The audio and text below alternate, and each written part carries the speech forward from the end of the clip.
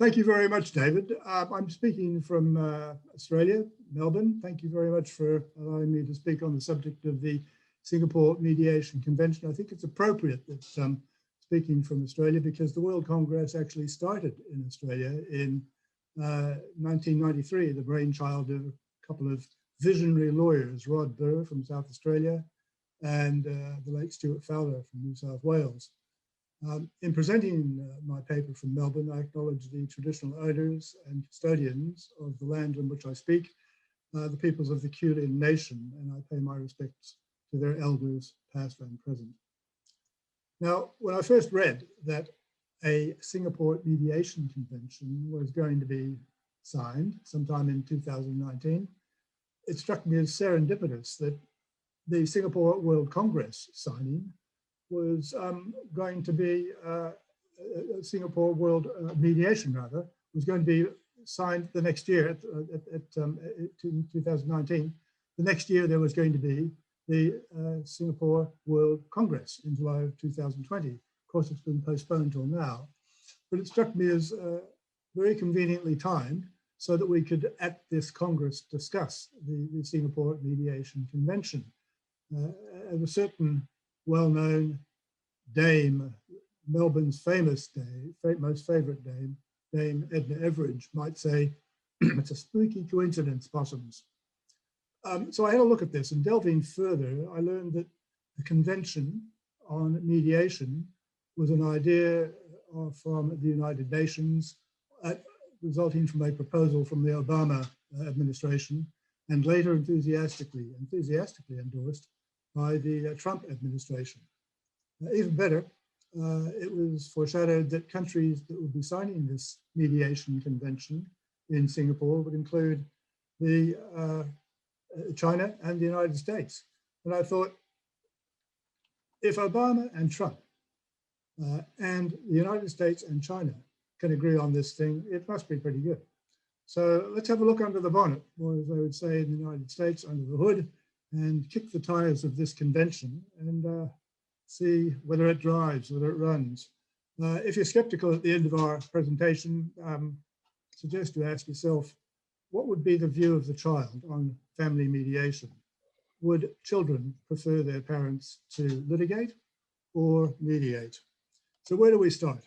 I would like to look firstly at some old thinking on avoiding war and trying to resolve disputes by agreement.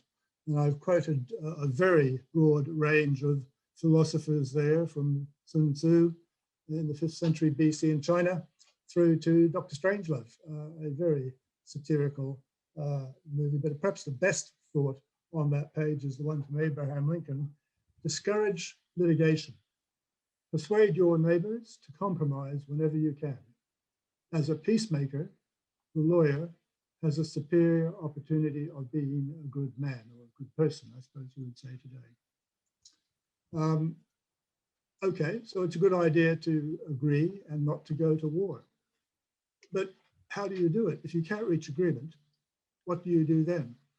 As far as my research has dug up, the first appearance officially of a third-party mediator, funnily enough, appeared in New Zealand with some industrial legislation in 1894. In New Zealand, they'd had some trouble getting the shearers to shear the sheep. They went on strike. The government needed the wool to sell, and it was decided that the government would set up a conciliation and arbitration board to resolve disputes between unions and employers. And if they couldn't reach agreement, then an arbitration result would be imposed on both parties. But the wording of this 1894 statute in New Zealand is interesting. The board shall make all such suggestions and do all such things as shall appear to them as right and proper to be made or done for securing a fair and amicable settlement of the industrial dispute between the parties. How modern is that? Anyway, a few years later, Australia adopted very similar procedure and legislation. In the 1930s, the idea of a mediator was brought into the family context in the Los Angeles Conciliation Court. but they were just doing marriage counselling with marriage counsellors. Leap forward to 1976, when in Australia we had revolutionary new legislation and introduced into the law the idea of a court official, a registrar, sitting down with the couple and, as Esther said, I'm sorry, bang heads together for 3 hours until you get a result. And boy, did they get results. Those 1976 registrars who were getting settlements in something like 70 or 80% of their cases in the early days. But it worked, and nobody was objecting to that. The process became more refined after that. England did it in a rather nicer way in Bristol from 1979 under the tutelage of Lisa Parkinson.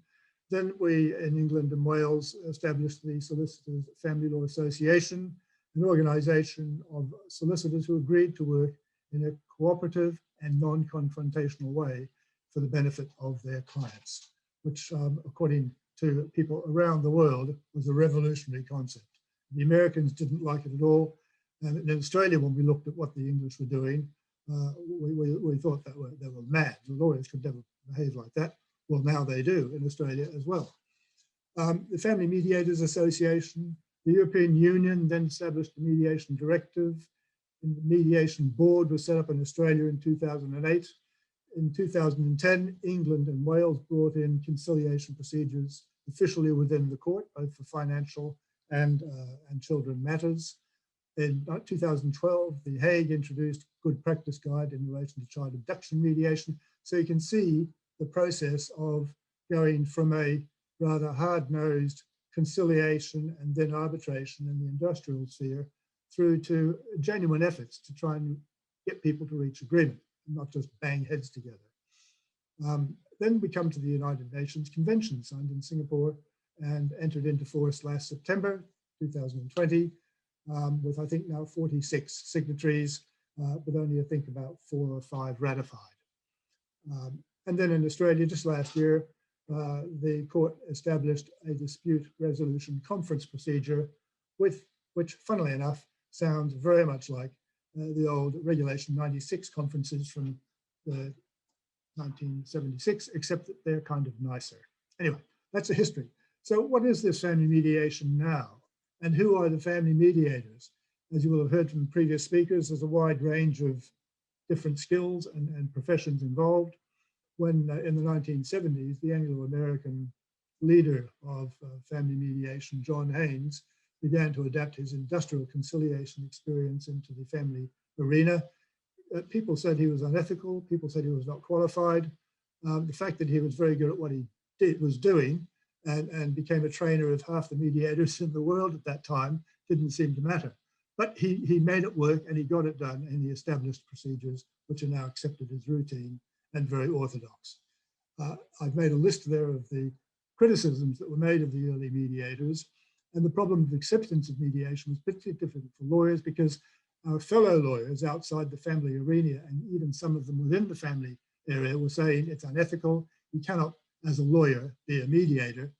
There were very, very bitter disputes between lawyers and lawyer mediators, non-lawyers and psychologists and social workers. Who should do the mediation? What should be the procedure? I mean, it was like the street gangs in West Side Story, fighting without knives, of course, but much more bitter.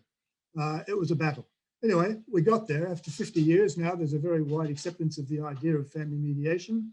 Organizations do it in different ways, but there's a broad consensus that there are some fundamental rules of what family mediation is, and there are many, many ways of doing it. I guess as Chairman Mao would say, let 100 flowers bloom and let 100 schools of thought contend.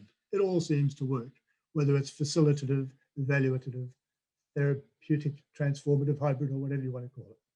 But still, we have the problem of selling mediation to the public. How do you get people to actually do mediation voluntarily? Absent statutory compulsion, it doesn't seem to be a great take-up. The few people making money out of mediation are the people who train the mediators rather than the mediators themselves.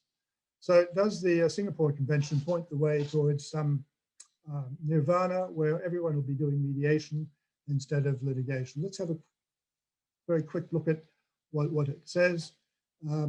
it took a lot of work. It's very short. It's only 11 pages, 16 articles, but a lot of people worked on it for many years to get it to that point. And in my view, underpinning the success of the 1958 Arbitration Convention, which came out of the United States, and underpinning the success of the Singapore Mediation Convention are two features. The first one is the provision for enforceability. The second one is the broad scope allowed for the manner of conducting the arbitration or the mediation. So let's see what the Mediation Convention writers brought over from the New York Convention on Arbitration. First of all, the definition of mediation. Look carefully at that. There's been definitions of mediation all over the world in many pieces of legislation and guidelines and whatever. You can find hundreds of them, but this is the Singapore definition. A process whereby parties attempt to reach amicable settlement with the assistance of a third person or persons, lacking the authority to impose a solution. That's it. No neutrality, no voluntariness, no confidentiality, no procedural rules whatsoever. Everything is left to the people involved and the mediator they select within the jurisdictions that they are mediator. It's a very simple structure. The other important paragraph or article is 3, which says, if you enter into one of these mediations internationally and you reach an agreement, it will be enforceable as soon as you've signed it and the mediator has approved it. You do not need to get it registered in a court. That's following, of course, the New York Convention on Arbitration. That is a fundamental shift. I call it a quantum shift to enforceability. It changes fundamentally the nature of mediation. Some people will say this is not mediation anymore. The toothless tiger has been given sharp claws, sharp fangs. It's going to stir up heated debate, but notwithstanding the controversy, I suggest that family mediators should grasp the nettle and engage constructively in the discussion, because family mediation becoming enforceable could be the key to greater acceptance of mediation as an effective dispute resolution process. The 2016 study asked the question, if it were enforceable, would you recommend mediation? 84% of the respondents, professionals of the field, said yes. But would the result be different for family mediation? Because that question was put in the context of commercial disputes. Would the result be different for family mediation? You know, the irony is that since the New Zealand legislation, it's been 127 years, where they've decided that some kind of enforceability or bite into the conciliation was what it would take to work. Well, that's what Singapore does. It's an iron fist in a silk glove, certainly. That's not ideal for the purists or the pacifists, particularly in family law, but it may be preferable to mediation withering from apathy because of unenforceability of settlements. Mediation of settlements are enforceable can truly become the best alternative to a litigated outcome. So who's going to move this idea forward if it's considered to be a good idea? I think we need to have a discussion about it. Develop a family mediation convention. Of course, the key stakeholders within the field will need to be involved, perhaps the United Nations through UNICEF, certainly the Hague Conference, International Social Service, Reunite, International Academy of Family Lawyers, national bodies for legislators and policymakers. This journey of creating a family mediation convention will not be easy, but family mediators have been fighting battles for many years and it was still going. So I suggest that the possibilities are there if we decide to grasp the nettle. Now, I referred in my introduction to the spooky coincidence of the timing of the Singapore Mediation Convention and the World Congress originally scheduled for last year. There's another spooky coincidence. In September this year, Singapore is holding the first anniversary celebrations of the coming into force of the Singapore Mediation Convention.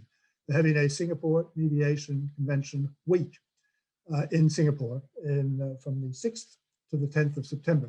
And then immediately after that, the following week in Adelaide, Esther, in Adelaide, is the Australian National Family Law Conference, which is always a fantastic event.